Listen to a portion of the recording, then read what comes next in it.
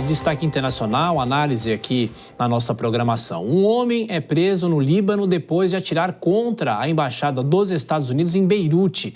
O ataque ocorre em meio a tensões entre o grupo Hezbollah e as tropas israelenses. Enquanto isso, novos ataques foram registrados no sul do Líbano nesta quarta-feira. E o nosso entrevistado agora é o professor de Relações Internacionais da Universidade Federal Fluminense e pesquisador de Harvard, Vitélio Brustolin. Tudo bem, professor? Como sempre, muito obrigado pela atenção, pela gentileza. Boa noite, bem-vindo.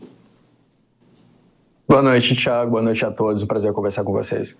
Bom, professor, a polícia local diz que esse caso é um caso isolado, mas é claro, num contexto, num cenário de guerra que a gente vem acompanhando no Oriente Médio, sempre há uma discussão e aí houve essa questão do ataque que teria sido promovido por Israel. De que forma esses casos, essas questões que vão aparecendo cada vez mais ampliam o debate sobre a crise no Oriente Médio e, eventualmente, a entrada de novos países nesse cenário de guerra, o que a gente discutiu logo no começo do conflito no ano passado, não é?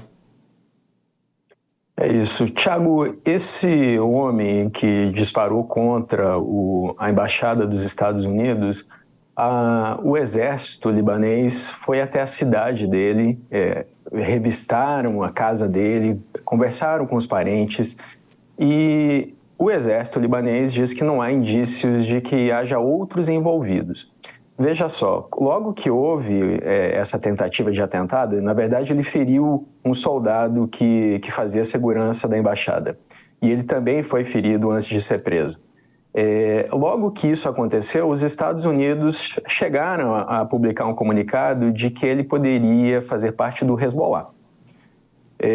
Mas as fotos da prisão dele mostram que ele tinha as iniciais do Estado Islâmico. Ele tinha um colete com o I e o S, né, do Estado Islâmico em inglês.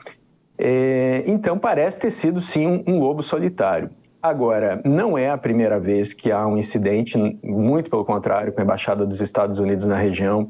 Essa embaixada já tinha sido mudada de localidade do centro de Beirute para a região norte, lá porque em 83 teve um atentado suicida que matou muitos civis, depois em 84 voltou a ter atentados.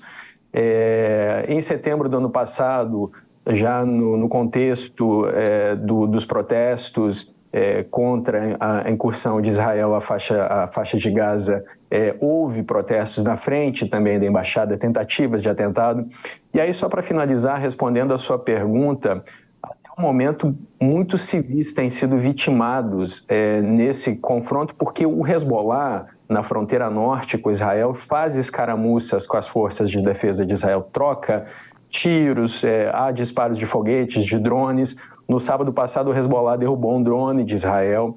Então, a contagem oficial da France Press, né, que é uma agência independente de notícias, é de que até agora foram feitos 455 mortos no Líbano, sendo que desses, a maioria integrantes do Hezbollah, 88 civis, dentre esses 455, e do lado israelense teriam sido mortos 14 militares e 11 civis, segundo informações do exército israelense, Thiago.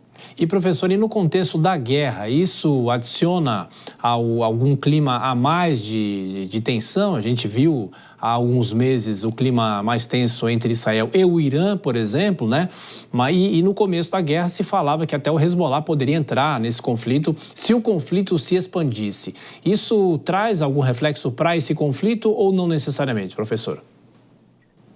Traz. O Hezbollah é um aliado do Irã, né? O Hezbollah é criado em 1982, né? Na sequência da guerra no Líbano. Ele é, desde o início, apoiado pelo regime do Irã, no início pelo Ayatollah Khomeini, depois pelo Khamenei, que é quem está no poder no Irã até o momento. É interessante notar que, embora o Hezbollah seja um partido político dentro do Líbano nesse momento, ele é considerado um grupo terrorista pela maioria dos países da Liga Árabe. Ele é considerado um grupo terrorista também pela União Europeia, pelos Estados Unidos.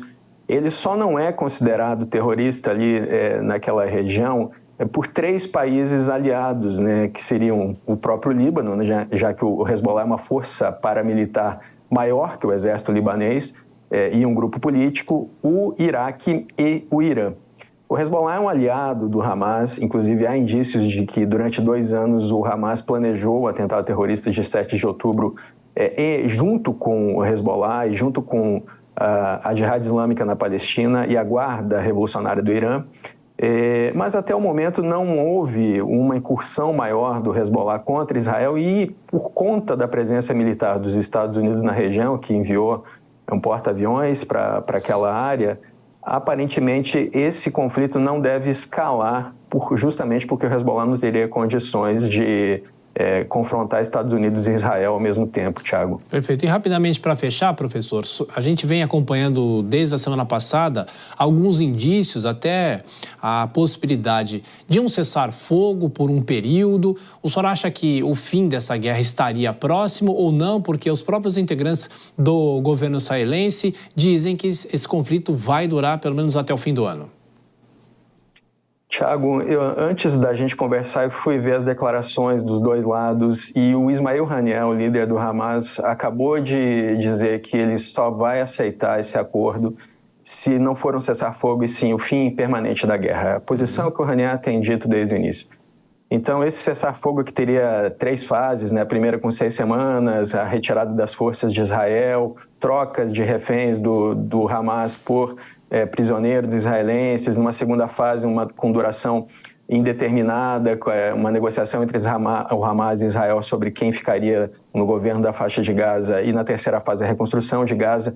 Aparentemente, o Hamas fez um recuo nesse momento. A gente ainda precisa confirmar essa declaração do Ismail Haniyeh, mas é isso que ele tem feito desde o início do conflito. E do lado israelense, o Netanyahu já tinha dado declarações também para tentar manter a base de apoio com os seus ministros que não concordam com esse acordo proposto pelos Estados Unidos, Thiago. Professor de Relações Internacionais, Vitélio Brustolin, mais uma vez obrigado, professor, pela análise aqui na Jovem Pan e bom descanso. Obrigado a vocês, boa noite a todos.